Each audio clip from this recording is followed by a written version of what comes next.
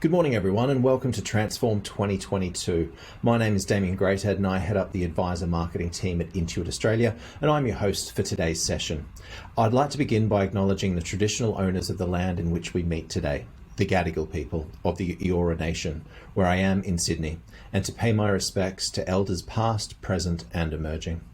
The last 2 years have been a whirlwind, with many firms still playing catch up. And today's session is the first in our Transform 2022 series focused on tips to transform tax time. And it's designed to help you do exactly that.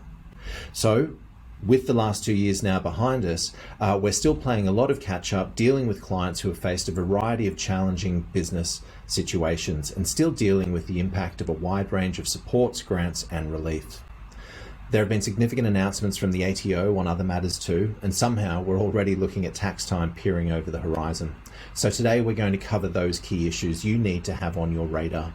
We're also going to have a look at how one firm has shaped their tax time workflow to work more efficiently, cut down on manual processes and save time. Okay, first a little bit about us. I'm sure everyone on today's call knows of Intuit's flagship product, QuickBooks Online. It's used by more than 300,000 accountants and bookkeepers around the world, and more than 5.1 million small businesses use QuickBooks Online every day. Some of you, though, may not be aware of the functionality in QuickBooks Online Accountant. It helps smaller accounting and bookkeeping firms to better manage their clients, their workflow, and help with tracking their time and billing. On the compliance front, QuickBooks Tax, powered by LodgeiT, is an online tool to manage your tax and BAS preparation and lodgement needs. We've had hundreds of accounting firms and bookkeeping firms start using QuickBooks Tax over the last financial year. So if you haven't had a look, I'll tell you how you can get free access as a part of the QuickBooks Pro Advisor program at the end of the session. Very important as we inch closer to tax season. Before we do get started, let me take you through some very quick housekeeping. Today's session is being recorded. Robyn and Jimmy will be covering an enormous amount of content. So we'll be providing this recording to everyone who has registered today. So watch out for an email in your inbox that will let you review any of the content shared today, and you can also share it with any of your other team members. If you're having technical difficulties, not being able to see or hear the presentation, we suggest restarting your device, refreshing your browser, or trying a different device. You can also navigate to the troubleshooting guide located at the bottom of the page, which contains a link to an alternate video browser. Again, you will receive a recording of the session, so while not as good as the live thing, don't worry, you won't miss out. That's the housekeeping out of the way. Now on to today's session. Today you'll be hearing from Robyn Jacobson, CTA. Robyn is the Senior Advocate at the Tax Institute, and I'm sure many of you have seen Robyn speak at the Institute's events and many other accounting programs over the years, including our own. Robyn has nearly 3 decades in the profession, including a public practice background that preceded her various training roles over the last 23 years. Like I said, Robyn is a regular conference and webinar presenter and is an avid advocate, social media commentator, columnist, blogger and podcaster. She's also regularly quoted in the media. Robyn is a Chartered Tax Advisor of the Tax Institute, a Fellow of both CA, Chartered Accountants of Australia and New Zealand, and CPA Australia, and a Registered Tax Agent. She regularly consults with Treasury, the ATO and professional bodies on technical issues, including as a member of ATO's Tax Practitioners Stewardship Group and various other working groups. Robyn's session today is In Our Sights, the latest tax policy and administration developments. In it, Robyn will cover the important and recent key tax and superannuation, legislative, policy and practice developments, up to and including what has been announced as of last week. Robyn will also look at the key tax issues to be aware of with COVID-related grants and support payments. Finally, she'll look ahead to issues that will affect us during tax time and cover her tips for a productive end of financial year period. Then we'll be joined by Jimmy Nguyen. Jimmy is a senior tax accountant at DKM Accounting and Taxation Services, and he will cover his tax time workflow and how QuickBooks Tax, powered by LodgeiT, saves time and effort for his firm. Jimmy has spent his professional career managing client relationships that go beyond the numbers. He is tactical in his approach and delivers timely and actionable strategies for his clients. His client base ranges from promising startups to established SMEs and even a few social media influencers. Jimmy has contributed to the growth of many businesses across New South Wales, ensuring they receive relevant advice while providing an easy-to-digest lens to which to view the tax landscape. Most recently, Jimmy has spent much of his time working around app stacking and ensuring his firm is in the best possible position to win clients at scale and to service their needs at scale. And today he's going to share some of those insights into app stacking around workflow and technology with you. And last but not least, I'm your host, Damien Greathead, and I head up the advisor marketing at Intuit Australia. I'm passionate about helping accountants and bookkeepers have a lasting impact on their small business clients and in enjoying the benefits that cloud technology like QuickBooks Online and QuickBooks Online Accountant offers. Over the years, I've worked with hundreds of firms around the world to help evolve their business models for growth and profitability. Prior to joining Intuit, I was head of marketing at Practice Ignition, vice president of business development at Receipt Bank North America, which is now Dext, and before that, even did a couple of years in a tax and accounting firm, realizing that I don't make a great tax accountant. But for now, I'm going to hand you over to Robyn. Robyn, take it away. Hello everyone, it is great to be with you here today. As Damien said, I'm Robyn Jacobson, the Senior Advocate at the Tax Institute. Today I'll be discussing what's in our sights, the latest tax policy and administration developments, and what's ahead for 2022. Due to the size of the slide pack, there are some hidden slides, but you can have a look at these in your slide pack after the session. You'll also notice there are some hyperlinks. These are active and will take you through to additional information. So let's get into it. So firstly, looking ahead for this year and some key dates that we need to be mindful of. Now, most people are aware by now that the federal budget for 22-23 is going to be delivered at 7:30 p.m. Australian Eastern Daylight Time on Tuesday, the 29th of March. Now, in terms of sitting days, we have ahead of us Tuesday the 29th and Wednesday the 30th of March. Beyond that, we're moving into the election mode. Now, what I mean by that is the Senate must have a half-Senate election by the 21st of May. Now, technically, the House of Reps can go right through until early September, but we can pretty much count on it that the Prime Minister will not be holding two elections this year. So that means we'll have a standard general election sometime in May. Now, we can narrow it down to the election being called sometime in early April. If the election is called any earlier than early April, then the two sitting days at the end of March when the budget's going to be handed down could not occur. If, however, the election is called any later than mid-April, then we're banging up against the 21st of May being that last date that the half-Senate election can be held. And that's because of the 33-day writ period. And then, of course, the election must be held on a Saturday. So we can narrow the election down to one of two dates, Saturday the 14th or Saturday the 21st of May. Now, what does that mean in terms of parliamentary sitting days? Well, once the election is called, the government moves into what is called caretaker mode. And that means that no new measures are introduced into Parliament, and of course Parliament is not sitting.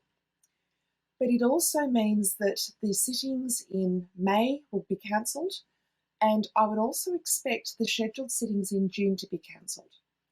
Now that is because due to the COVID pandemic and various states still working through various forms of lockdown or restrictions, that there would be a higher proportion of postal votes. People won't want to stand in queues at the polling booths. And postal votes take longer to count. So I'm not expecting that we will see June parliamentary sittings. We then move into the July winter recess, and that means that we would not see Parliament again until the 9th of August. So just to recap, between now and the 9th of August, I'm not expecting we will have any more than two parliamentary sitting days, being the 29th and 30th of March. So that greatly impinges on the government's ability to legislate its policies and the legislative program. Now, at the other side of the election, once we know who is in government, If the coalition is returned to government, then we would expect to see a resurrection of any bills that lapse on the calling of the election, and for those measures to be reintroduced into Parliament, or if they are still in fact just a media release or in the form of a discussion paper or exposure draft, that they would then progress to a bill in due course. If, however, there is a change of government and Labor forms government, then we're yet to fully understand the extent and the scope of their tax and superannuation policies. So anything is possible at the other side of the election, and of course we will keenly be monitoring this. So in terms of the key measures that are in our sights and what is relevant as we move towards year end and beyond on July this year. Firstly, the tax treatment of COVID-19 tests, in particular PCRs and RATs, the rapid antigen tests. Well, why are we even talking about this? Back on the 3rd of January, the Prime Minister made some remarks on the Sunrise program, making the comment that these tests would be fully deductible. Now, we immediately started making inquiries with the ATO and with Treasury to fully understand how that comment would sit against the backdrop of the current tax law. Now, of course, in order to claim a deduction under 8.1, it would need to have a work-related nexus, but it would also not be kicked out by the negative limb on the basis that the expenditure is private and domestic. Now, from an FBT perspective, there is an exemption in the FBT Act for medical screening, but it must be conducted by a legally qualified medical practitioner, nurse, or dentist. Now, I think we can leave dentists aside when it comes to COVID tests, but certainly most of the COVID testing that is going on is no longer being done by a legally qualified medical practitioner or nurse. Most of it is now being done at home, particularly with RATs. So there was some confusion for about a month or so. And then on the 7th of February, the Treasurer addressed the Australian Industry Group, and the following morning, the Assistant Treasurer, Michael Sukkar, issued a media release to clarify that the law would be changed. Now, the proposed amendment is going to allow deductions for Australian individuals where they have purchased a test for a work-related purpose. Similarly, there will be an FBT exemption for employers who provide tests to their employees for a work-related purpose. Now, the start date, it's going to apply for expenses incurred from 1 July 2021, so the 21-22 income year onwards, and from 1 April 2021 being the start of the 21-22 FBT year. And again, this will be an ongoing measure. So this is not a temporary measure, it will be permanent for both income tax and FBT purposes. Now, we do have some questions around what happens next, because firstly, this is not even a bill before Parliament. So circling back to my earlier remarks, the government will need to introduce a bill into Parliament, pass it through the lower house, move it up to the Senate, and have the Senate pass that bill within that 2-day period of 29 to 30 March. After that, Parliament is no longer sitting before the election, and that would therefore lead to potential uncertainty for taxpayers, particularly as they go to complete their 22 FBT returns and their 22 income tax returns. So we'll have to wait and see as to what happens in that couple of days of parliamentary sittings. Now, assuming the law does go through, we've still got further questions.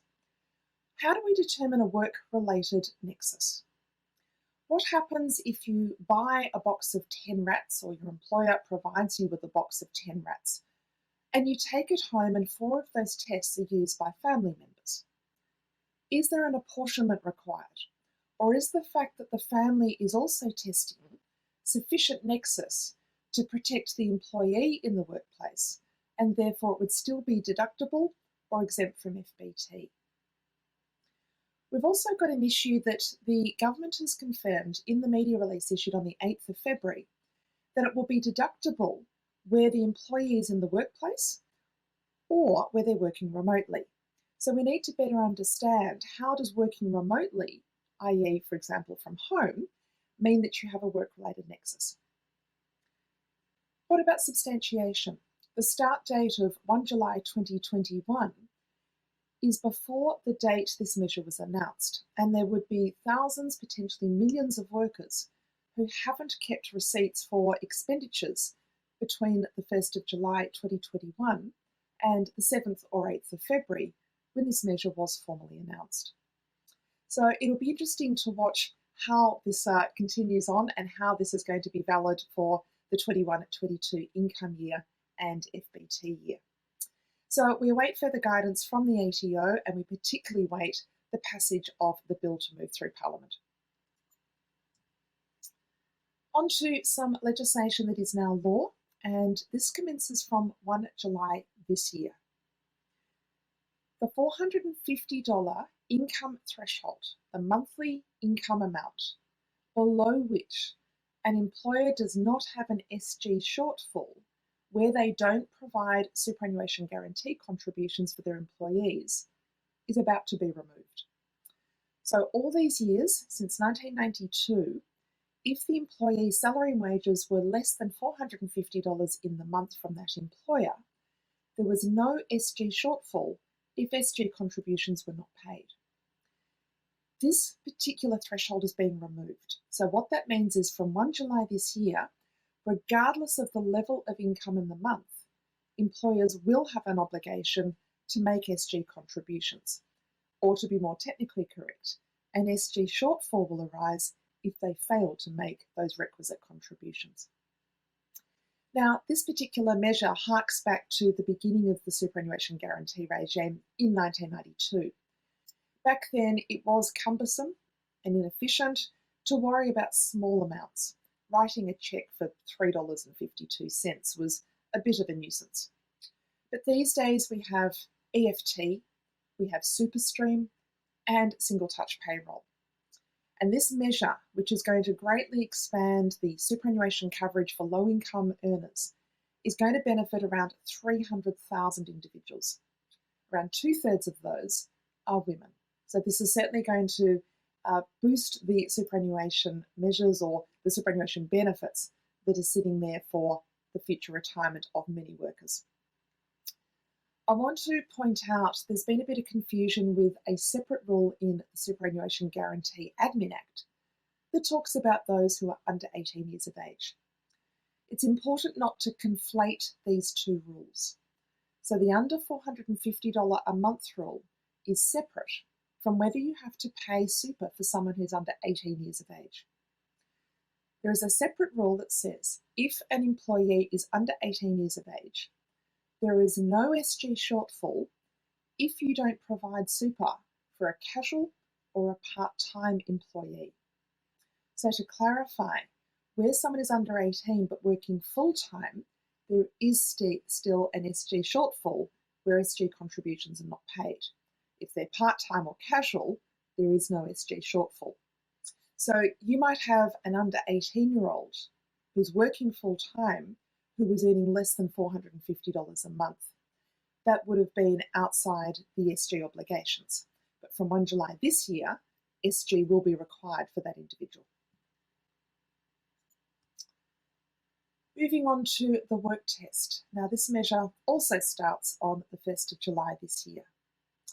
And what this will do is remove the work test altogether, where an individual is making a non-concessional contribution, including made under the bring forward rule, or they're making a contribution under a salary sacrifice arrangement.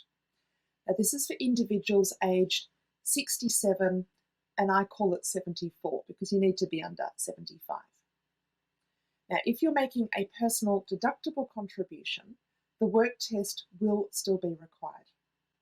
So to recap, for those aged 67 to 74 from the 1st of July this year, the work test will no longer be required to be satisfied when making non-concessional contributions, including under the bring forward rule and salary sacrifice contributions. Moving on to temporary full expensing. Now there's a lot of information on this slide and most of it is there for historical reference. But you can certainly see since May of 2015, this policy has regularly changed. Now, this is about fully expensing depreciating assets that are acquired by different sized businesses. Clearly, the policy is favoured by the government. They keep extending it, they keep expanding it. But it's also favoured by businesses who like the idea of being able to fully expense an asset that they buy in the year that they have expended the cash outlay.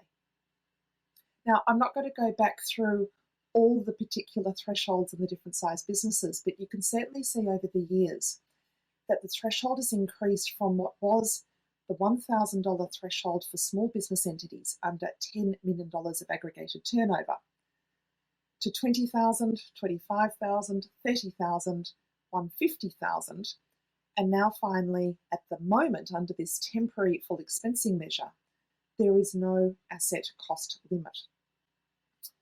Now, what's important to understand with this measure is that it's no longer a simple question of working out whether your client can fully expense their depreciating asset when they buy it. They need to look at the date that they acquired the asset or first held it.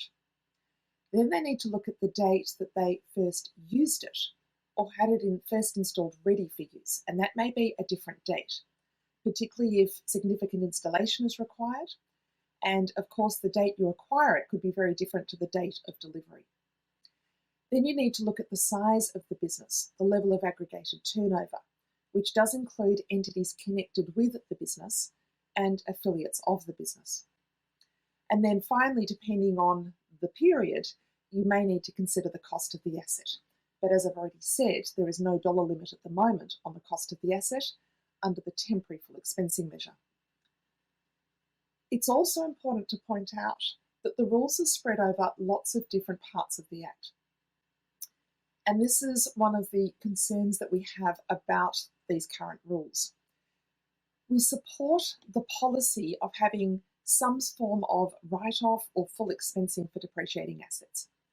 But the way this policy has been executed has culminated in a very complex set of rules that are overlaying lots of provisions across different parts of different tax acts. So we originally had the instant asset write-off. And when that was expanded to larger businesses, the provisions were spread between Section 328(180) in the 1997 Tax Act and the Transitional Provisions Tax Act, also of 1997. But then we've also now got Section 40-82, and that's to do with medium to larger businesses, and that was to do with the $150,000 asset write-off. Then all of that was overlaid with the temporary full expensing measure, a completely new and separate set of provisions that sits within section or subdivision 40BB of the Income Tax Transitional Provisions Act of 1997. So we've got all these different rules located across different parts of the Act. What's important to understand is that these rules are in place but temporarily, and they've recently been extended.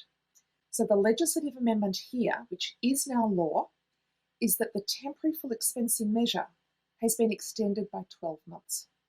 So it was due to end June 30, 2022. It will now end June 30, 2023. Now, it's important to note that the asset must be first used or first installed ready for use by that date.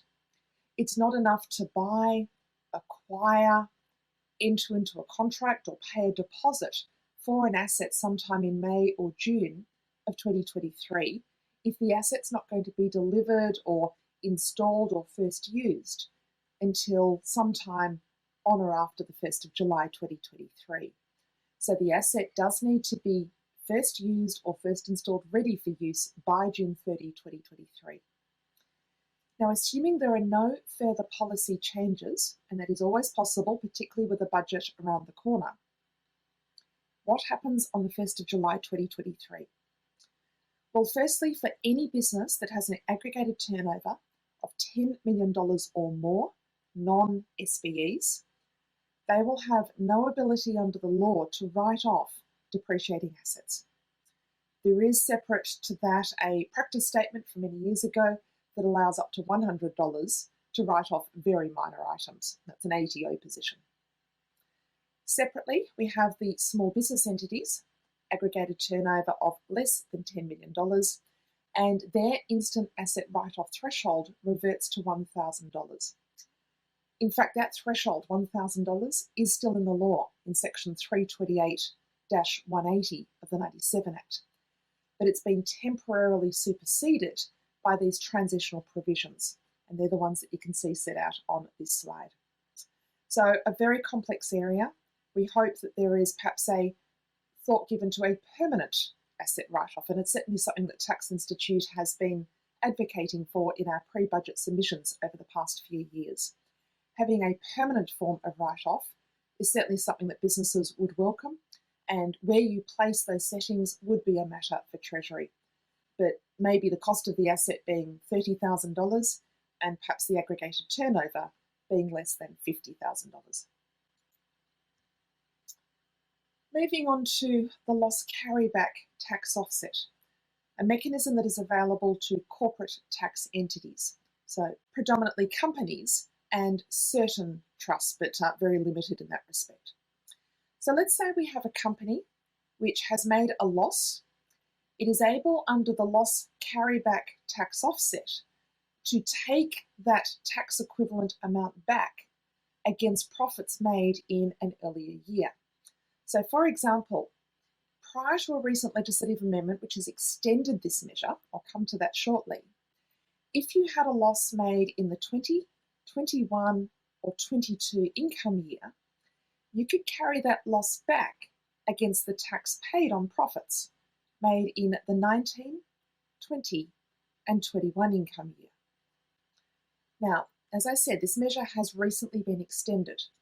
So that now means that where a loss has been made in the 20, 21, 22 or 23 income year, the tax equivalent amount of that loss can be carried back against the tax paid on profits in the 19, 20, 21 or 22 income year. The offset itself is claimed in the 21, the 22 or the 23 income tax return of the company. And just a tip, you may have a loss that exceeds the amount of the taxable income that you're carrying it back to. That is okay. The mechanism of the offset is not to compare the loss against the profit from the earlier year.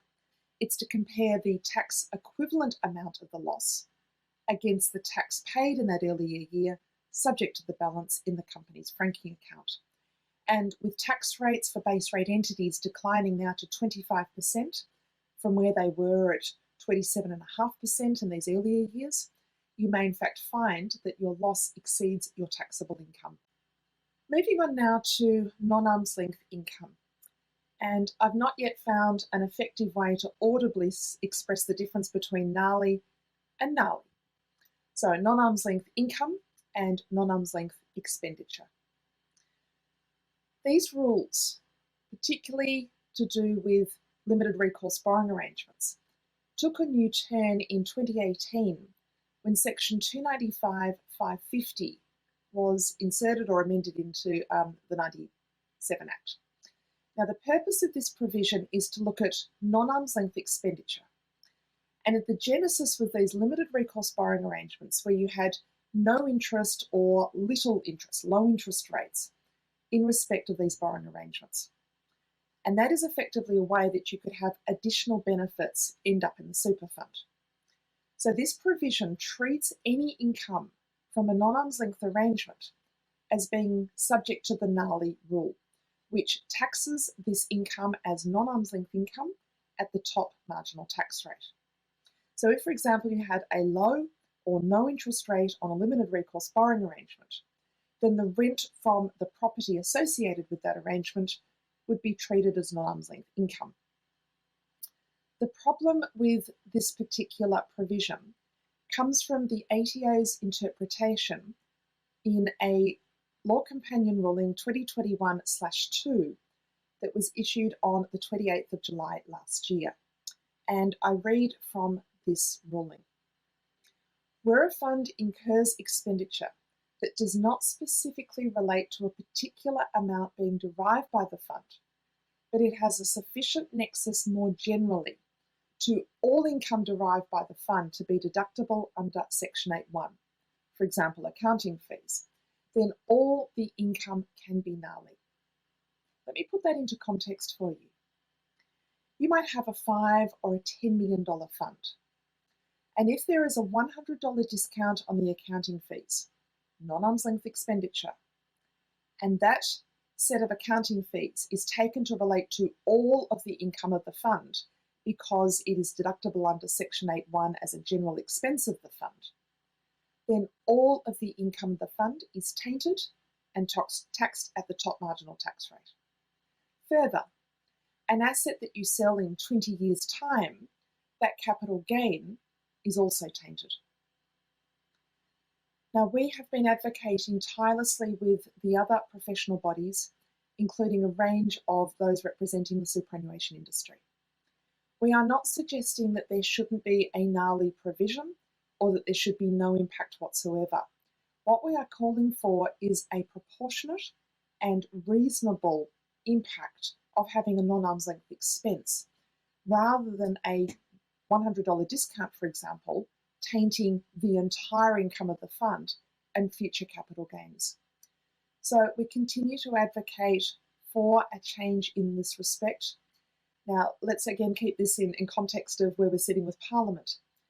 Even if the government were to announce something in the budget, and we don't know if that will be the case, there are such limited sitting days to get any measures through Parliament. So it could end up being a matter for a future government, and who knows how long that will take to resolve or be enacted if indeed there is a commitment to even changing the law. So we shall keep a very close eye on this one. On to the next issue, which is the PCG, the Professional Compliance Guideline 2021/4, dealing with professional practice profits. A lot of P's in that one. Now, this is all to do with how the ATO will allocate compliance resources based on the risk profile of a taxpayer who is allocating the profits of a professional practice. So we could say this is really about lawyers and accountants, but it applies to any professional practice. This could be medical practices, engineering, architects, etc. Now, I want to make two observations about this PCG, and this is not the technical level of what the PCG actually says. There's plenty of guidance out there now, and lots of seminars and articles being written about this. And we will continue to support our members at the Tax Institute through future resources as well. The comments I'd like to make today relate to two aspects. Number one, this is a PCG, not a taxation ruling. Now, it may sound obvious to say that, but whilst it looks like a ruling, it has a year and a number, and the format is similar to a ruling, and the ATO is telling us what they think. This is not the ATO's interpretation of the law. This is the ATO setting out how they will allocate their compliance resources based on the risk profile of a taxpayer. The second observation is that the way the PCG is structured, you need to pass two gateways to then progress to what are called the risk zones. And after you pass the two gateways, you then punch numbers into a mathematical model and you work out whether your risk zone is low, green, medium, amber, or high, red. We are receiving feedback that the gateways themselves can be actually very difficult to satisfy. So don't launch into putting your numbers into the mathematical model to work out your risk zone if you don't even satisfy the two gateways. The question is then asked, well, what happens if we don't satisfy the two gateways and we don't even get to the risk zones? Well, the answer is you are therefore considered high risk. So you could then talk to the ATO about your arrangement, or you can sit back and wonder if the ATO is going to tap you on the shoulder one day to ask some questions about your arrangement. But for those of you with professional practices, which is of course pretty much everyone I'm talking to, and your clients who have professional practices, it is important that you fully understand the impact of the guidance that was released on the 16th of December last year.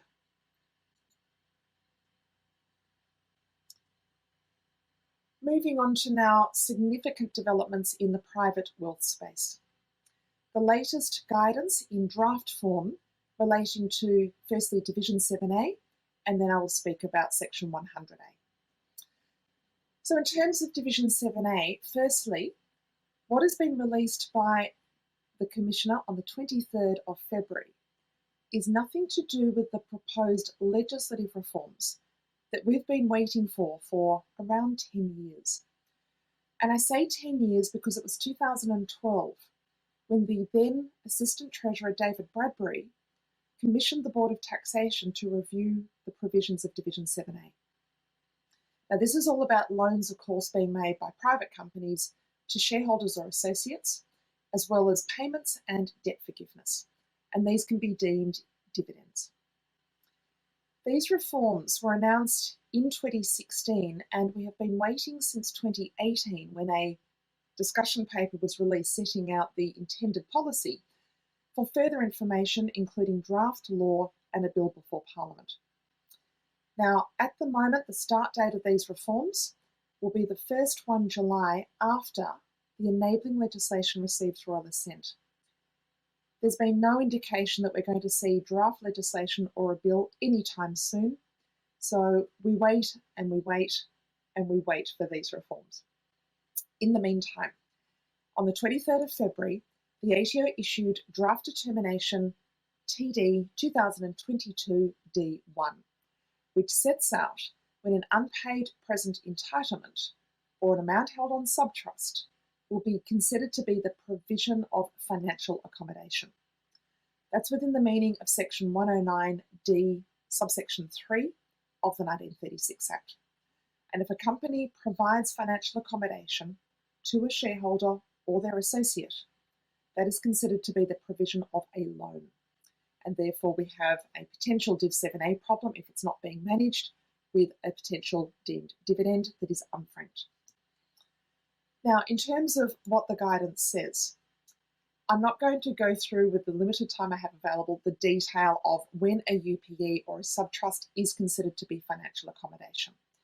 But certainly the Commissioner is taking a different view of, in particular, subtrusts compared with the position taken in Practice Statement 2010-4. And of course, that relates very much with the taxation ruling 2010 number 3. So we need to fully understand when these products are withdrawn, what is going to be the effect and when do UPEs and subtrusts become Div 7A loans. The timing, according to the draft guidance, will depend on the manner in which the present entitlement is expressed in the resolution.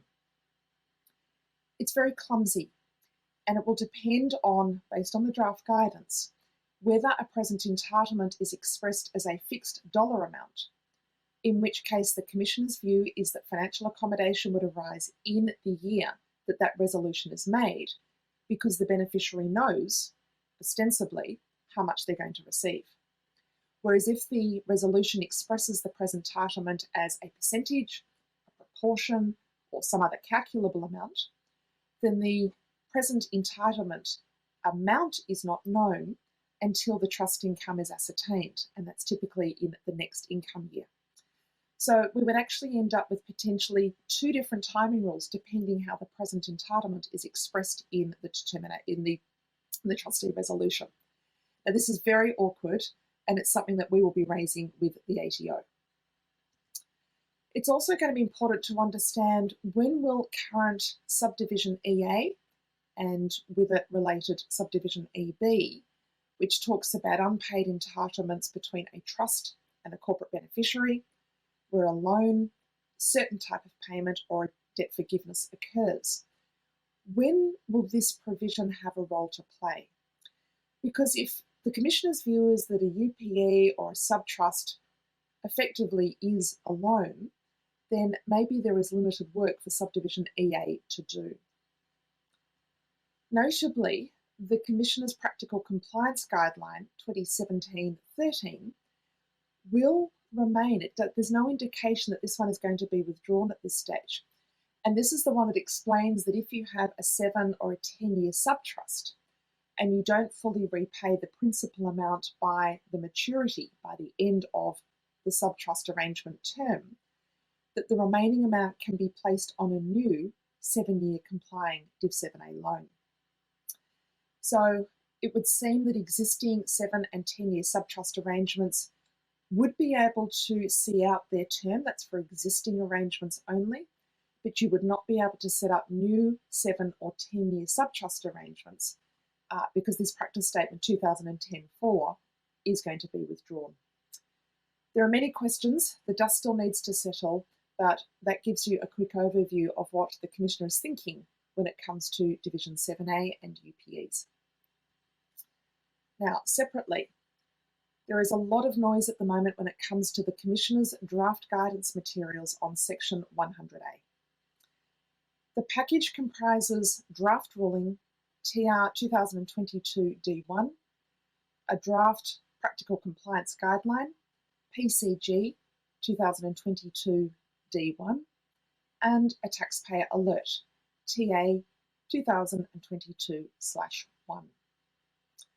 Now, before I delve into the ruling briefly, we need to understand some key points about the operation of Section 100A. Firstly, this is not new law. This is not new law that the ATO is making up. Section 100A has been in the 1936 Act since 1979 with effect from 1978, so more than 40 years ago. And its purpose is to basically act as an anti-avoidance rule. So if you have a beneficiary who is not under a legal disability and they are presently entitled to a share of the trust income, and that present entitlement arises in connection with what is called a reimbursement agreement, and that reimbursement agreement provides for the payment of money, the transfer of property, or the provision of services or other benefits to someone other than the beneficiary who is presently entitled, and that reimbursement agreement was entered into for a purpose of reducing somebody's income tax, and that includes deferring the income tax, and further condition, the arrangement is not exempt as an ordinary family or commercial dealing, then 100A can apply. So to recap that, you need a beneficiary who is presently entitled to a share of trust income. Somebody other than the beneficiary receives a benefit under a reimbursement agreement. There was a purpose of reducing or deferring income tax, and the arrangement is not exempt as an ordinary family or commercial dealing. Then 100A has effect, and the effect of 100A is to treat the beneficiary as not being presently entitled, and instead the trustee is assessed under 99A. The purpose of this ruling is to explain these various elements, these conditions that are needed for 100A to apply. The law is not new, but this level of guidance from the Commissioner, albeit in draft form, is new. There's a lot of concern about the retrospectivity, but the ATO does have the power under the law to go all the way back. Whether they could, they definitely can. Whether they should, that is a matter for the ATO. And in a moment, I'll mention briefly the Practical Compliance Guideline, which sets out some transitional rules, which to some extent may limit the ATO's willingness to go back and look at earlier arrangements. With 100A, my sense on this is that there has been a lack of understanding by the profession as to the extent and the scope of this provision. But there's also been inadequate explanations over the years from the ATO as to how and when this provision applies. So many people have considered that their arrangements are exempt as ordinary family or commercial dealings, but in fact, just because they're common doesn't mean they are ordinary. And this is where we need to better understand what's going on. Now, the PCG has a risk assessment framework set out within the document. And there are 4 risk zones which will determine whether the ATO will apply compliance resources to the client's particular arrangement. Now, they have announced transitional periods as part of this. With some few exceptions, they will generally not allocate new compliance resources to pre-1 July 2014 arrangements. July 2014 was when the ATO first published web guidance on 100A. Secondly, for pre-1 July 2022 arrangements, if the July 2014 web guidance, and you've got a hyperlink to it there, is more favourable to the taxpayer's circumstances than the new PCG, then the ATO will allow taxpayers to rely on that existing guidance. There's also a taxpayer alert, and this is not in draft, which explains the tax officer's concern with arrangements that make adult children who are on low marginal tax rates presently entitled to trust income, but who ultimately don't benefit from that distribution. Amounts are lent back or they're gifted back, often to the parents. So it's important to understand the ATO's concerns in this regard. And we are aware there's a lot of angst and a lot of concern about historical arrangements. There's also concern about the ATO's reference to referring agents who are considered to be promoting these arrangements to the Tax Practitioners Board. It's also important to mention there is a case currently before the full federal court. Late last year, the federal court ruled in the Guardian case, and you've got a hyperlink to the decision there, that this particular arrangement was not subject to 100A. There was not a reimbursement agreement. Even if there was, it would be exempt under the ordinary family or commercial dealing, and the court held that Part 4A did not apply. The Commissioner has appealed this decision to the full federal court. It has got the potential to go all the way to the High Court, but we shall watch and see. In the meantime, we have the ATO's draft guidance, which acknowledges the Guardian decision, noting, of course, that that did go in favour of the taxpayer, and we watch with keen interest as to the outcome of the Guardian appeal.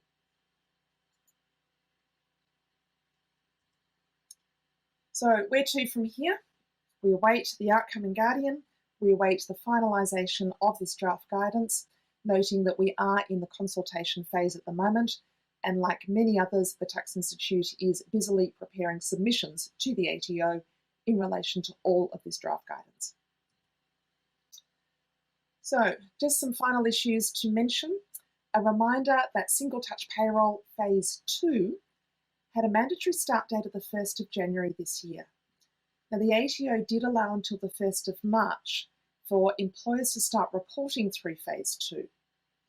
Phase 2 involves greater reporting of information for purposes not just for the ATO, but Centrelink and other government agencies. There will be additional information reported. There'll be a disaggregation of gross amounts, breaking down of allowances, and also information on child support. If the employer is covered by a deferral obtained by one of the digital service providers, they don't need to worry about their own deferral. However, if an employer is struggling to meet these compliance deadlines, you may wish to talk to the ATO about applying for a deferral.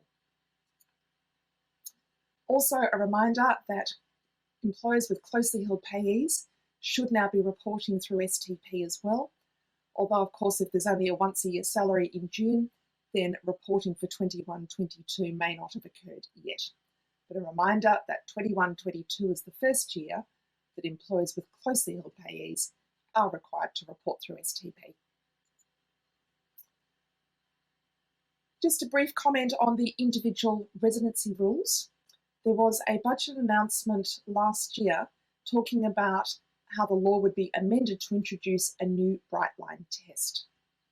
Now, the way this would work is that if you have someone who is physically present in Australia for at least 183 days, then they would be deemed an Australian tax resident. If, however, they didn't pass that test, you would turn to the secondary 4-factor test. And if 2 of these 4 factors are satisfied at a minimum, then the taxpayer would be deemed a tax resident for Australian tax purposes. Now, this is not yet law. It's not even a draft bill yet, so we are still waiting for this to progress. Importantly, it will start on the first 1 July following royal assent. We are concerned that it will be too easy to become a resident under these proposed new rules and too hard to stop being a tax resident. Further, it's important that we don't replace a set of complex rules that require interpretation and expensive tax advice with exactly that. So we again watch with keen interest. We have made a submission at the Tax Institute in respect of what is being proposed, but we are yet to see any legislation appear.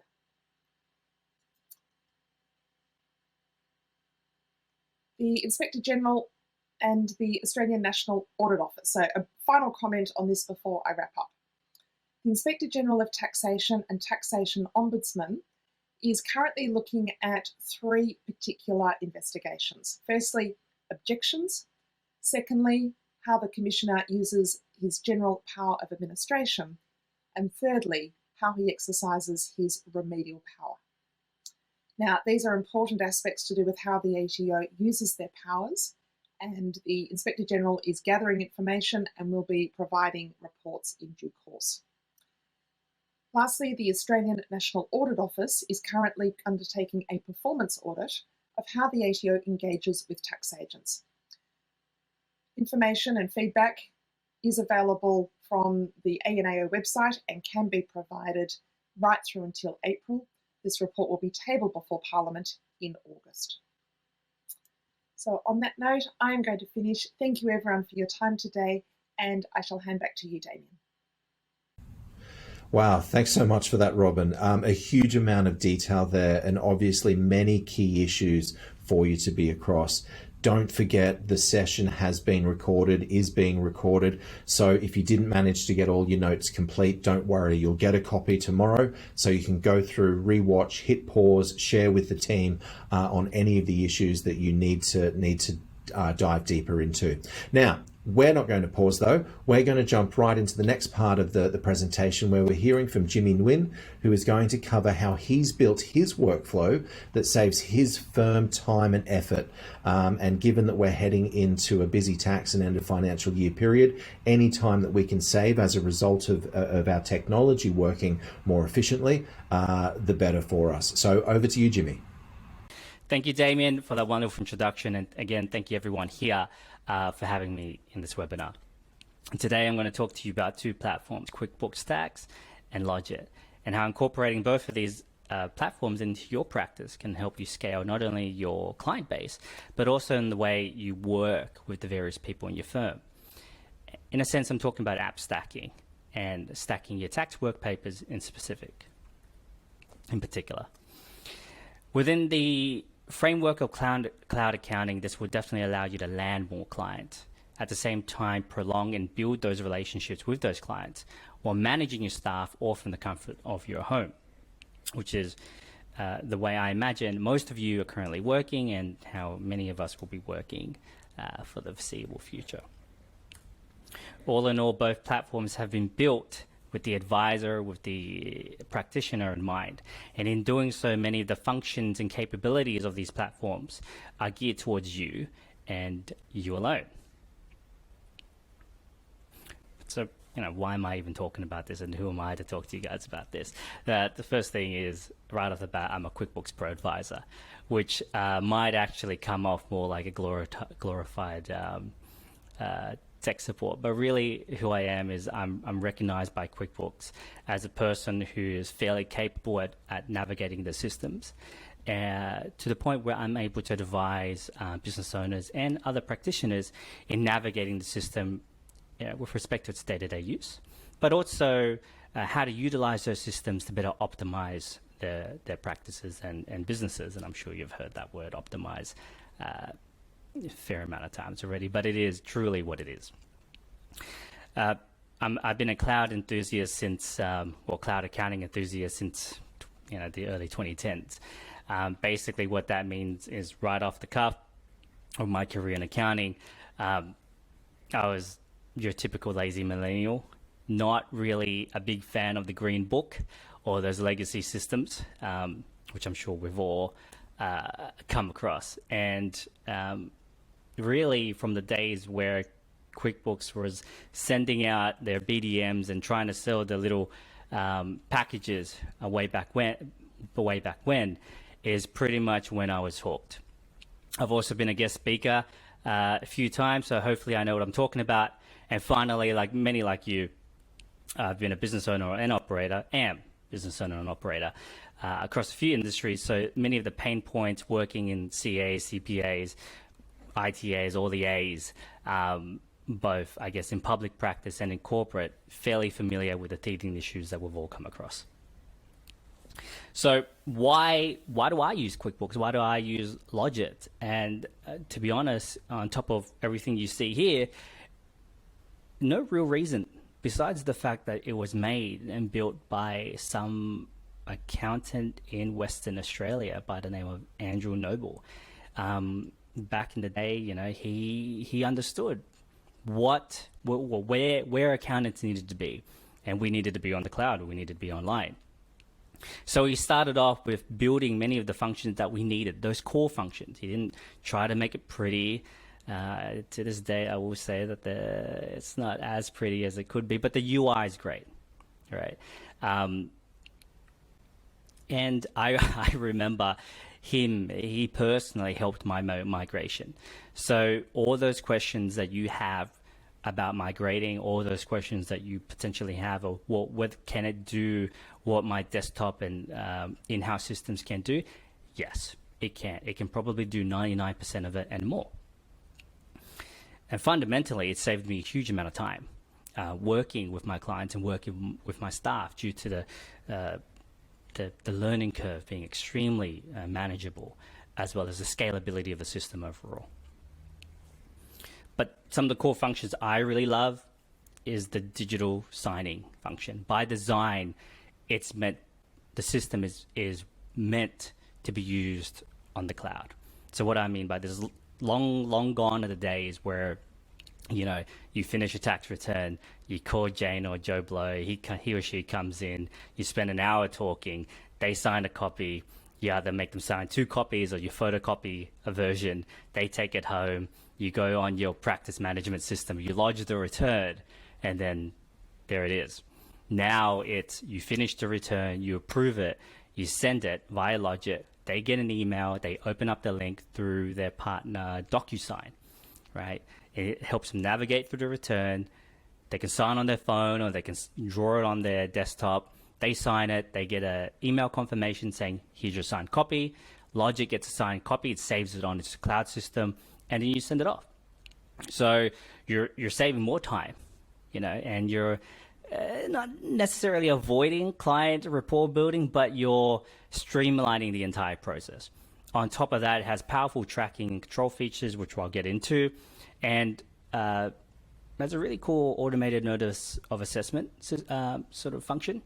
But what I like about it is, you know, once the return, let's say, is processed by the ATO, it shows up as a variance report, if any, on LodgeiT, and you can see, you know, why things are different, if anything.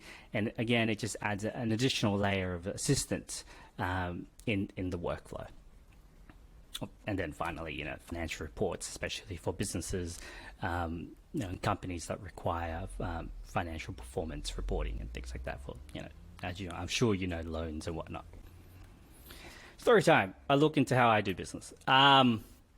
Okay, so I can't tell you everything because I got to really confine it within these 2 systems. But on top of that, I will tell you, you know, my Mondays are quite exciting and they're often ignitable. Hopefully some of you got that. But within the context of these 2 platforms, I use LodgeiT as my work paper system. But both platforms do have a work paper system, you know, each with its own pros for you to look into. So let's say you're one of those accountants that, for whatever reason, reconciles the balance sheet at the end of the year. You know, I know there are firms out there, and I do as well, who sort of proactively reconcile throughout the year. Okay, especially during the BAS periods, and you know, for board of directors or business owners that want to periodically look at their accounts and look at their financial statements. But say for whatever reason, you're super boutique, you're super small, and you only really have the resources to do the entire review at year end. Okay, so let's say it's year end, your bookkeeper or their bookkeeper or the business owner has reconciled everything. Your time to review everything before it goes to, goes over to LodgeiT. So QBO has something called prep for taxes, right? And in no way is it a separate system, more consider it like an additional tab. A lot of these functions, a lot of the areas located in QBO prep for taxes is available across the platform. This is so it's compiled in an area for ease of use. So here, think of it like a glorified trial balance, right?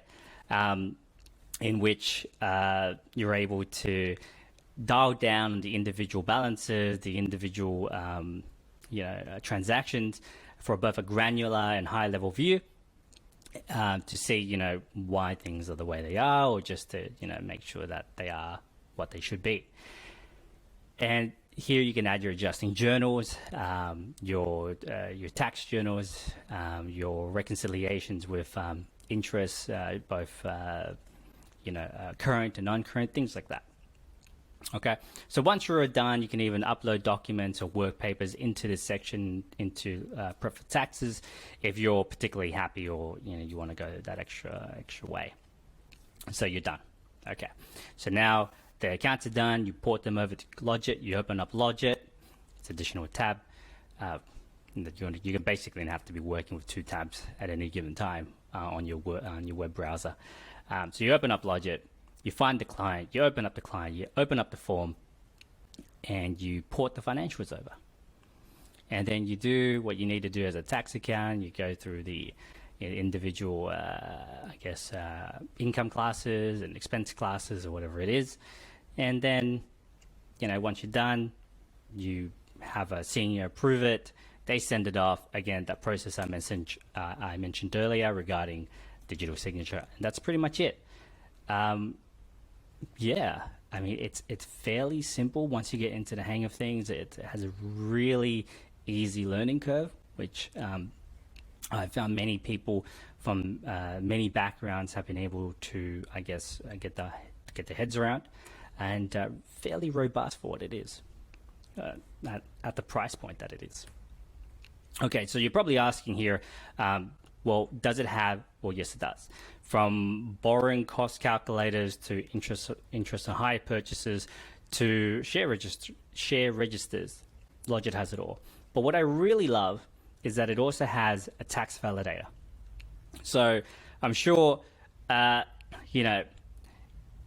the past or maybe even up today, you might be revealing the tax accounts, the total GST, the PAYG, withholding, and all that stuff.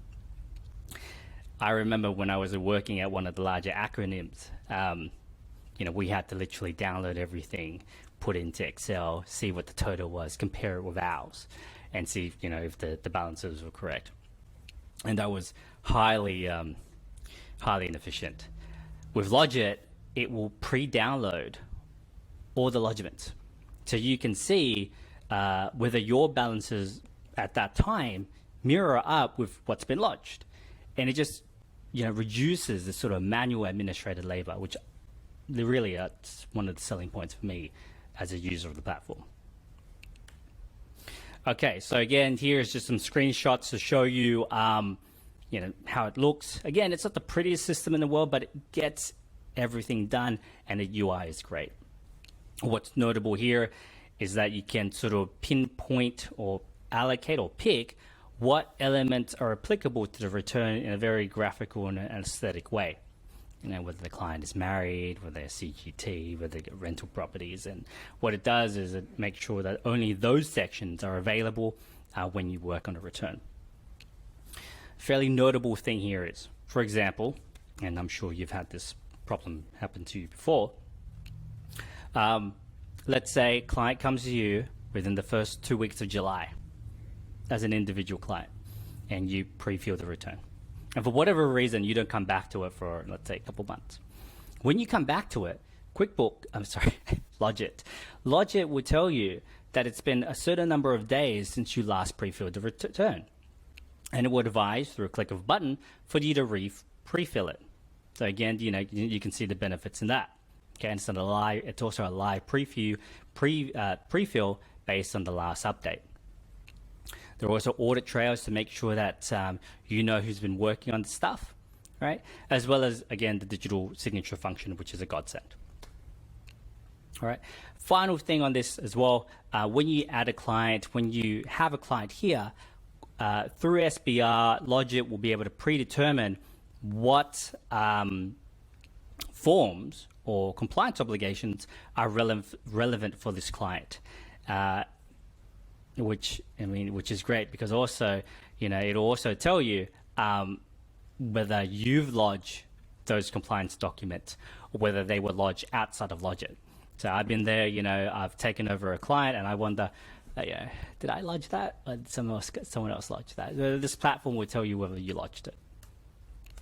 And obviously, associated companies, entities will have their, balances or figures injected into the sections across the board. So, for example, if you're an individual and you have distributions from a trust for which the account's already completed and lodged, those will pre-fill down into your personal return. So it's really efficient the way it works. Tools, and here again, just a couple of ways for you to, or a couple of means for you to work through the return. I mean, you got a number of tools here, again, from depreciation to hire purchase, easily navigatable, easily added or utilized while you're working on any set of work that you're working on, any compliance forms that you're working on available. Okay. The depreciation tool is fairly robust. It's got all the rates there, and it rolls over and can pre-fill in if you want. Now, I did talk to you before quickly about how I use LodgeiT's work papers, right? And the reason I use LodgeiT's work papers is due to three reasons. Number one, QBO pre-fills my entire work paper for me. Okay. Number one, it's done most of the work. Number two, I can assign both an accountant, a senior accountant, a reviewer, whoever you want to call it, to the job. And they will indicate per transaction or per line item or per account, whether they've reviewed that particular account. And finally, it provides for a margin of materiality, which as an accountant, I'm sure you're going to find very useful. I mean, if you're working on a client or a company or a business that generates $50 million a year and you're trying to find a $5 discrepancy, well, it's probably going to fit into your margin of materiality. And you as a supervisor can allocate a certain percentage so that your accountant can go through this work and accept a certain margin of error without coming back to and fro and asking you about every single little decimal point, which is, takes a lot of time. But if you want to work on everything on QuickBooks, you can. Again, QuickBooks Prep for Taxes is basically like a giant, or it is a trial balance, which allows you both a granular and eagle-eye view of all the individual accounts, both from a balance perspective and a transactional perspective as well. And any adjustments that you make here will be classified as such, meaning you will be able to tell the difference between what is a journal from a transactional item and a journal that was created and manipulated by you. Obviously, the audit trail is also there for you to, seek individual discrepancies if need be. Essentially, it's a one-click solution to end-of-year adjustments. And finally, both have cloud document storage. I personally like LodgeiT just because it allows for a tag search platform. Again, millennial. It's a very, very millennial thing. But QBO, on the other hand, really great. Your client can upload documents on their end, and every time they upload a document, you will receive a notification saying, Joe Blow has uploaded so-and-so document for you. Okay. And with that, that comes to the end of my presentation. Everyone, thank you so much for having me today. I'll pass you all back to Damien. Thanks very much for that, Jimmy. Really loved hearing how you the practitioner, are actually using QuickBooks tools, and I'm delighted that the growing suite of QuickBooks products are helping create that efficient workflow. Obviously, everyone works differently and there's no one-size-fits-all solution. It's really about looking at your firm, your team, your clients, and how you like to work, what your clients need, and ultimately having a solution in place that is flexible enough to suit your situation today and that can evolve with you. Now, if you're looking to transform your 2022, one of the best ways to do that is look at the heart of your accounting, bookkeeping, tax solution and make sure you're using the smartest tools available. QuickBooks Online Accountant can help you work more efficiently and grow your practice, helping you manage your workflow, track your time, lodge BAS and tax return, invoice clients and more. And the best part of it is it's free. With tools like Books Review, you can reduce your BAS prep time by as much as 40%. Our pro advisors are reporting significant time savings for their BAS preps as a result of this new feature called Books Review. You'll also save time and effort with simplified workflows and tools like Prep for Taxes that Jimmy was talking about. They let you finalize client books on a single screen, correct on the spot, and then seamlessly transfer that data directly to a client's tax return in QuickBooks Tax. QuickBooks Online Accountant is free to use. Simply sign up for the QuickBooks Pro Advisor program, which also includes free access to QuickBooks Tax powered by LodgeiT. What's more, with our Convert and Grow offer that's currently running, you can bring your clients' books over for free too. We'll take care of the conversion to QBO for you. To learn more, head to intuit.me/ProPerks, and we'll also send you the information via email following today's webinar. So that brings us to the end of today's session. If you found today's webinar valuable, remember we've got a bunch more webinars in this series taking place, covering practice management and getting your technology stack right. We've also got our regular Pro Power Hour webinar coming up on 13th of April, where Robyn will be back with us to look at what announcements in the federal budget mean for advisors. Then in May, Robyn will be joining us at Get Connected in real life, and that's taking place in Sydney as well as virtually online. This is going to be a fantastic event and one not to be missed. Keep an eye out on your inbox for your invitation and the full program launch. Visit quickbooks.intuit.com/au/events to find out more. Again, we'll send you the link in the follow-up email. I'd like to take this opportunity to thank Robyn for an amazing presentation and an in-depth look at what needs to be on our radar coming into end of financial year, and also Jimmy for his informative session on how his workflow actually works and the efficient process that he's developed as a result of the integration of technology. And thank you for taking time out of your day to join us. We look forward to seeing you at an upcoming webinar and event soon. Until then, stay safe and have a great day. Thank you.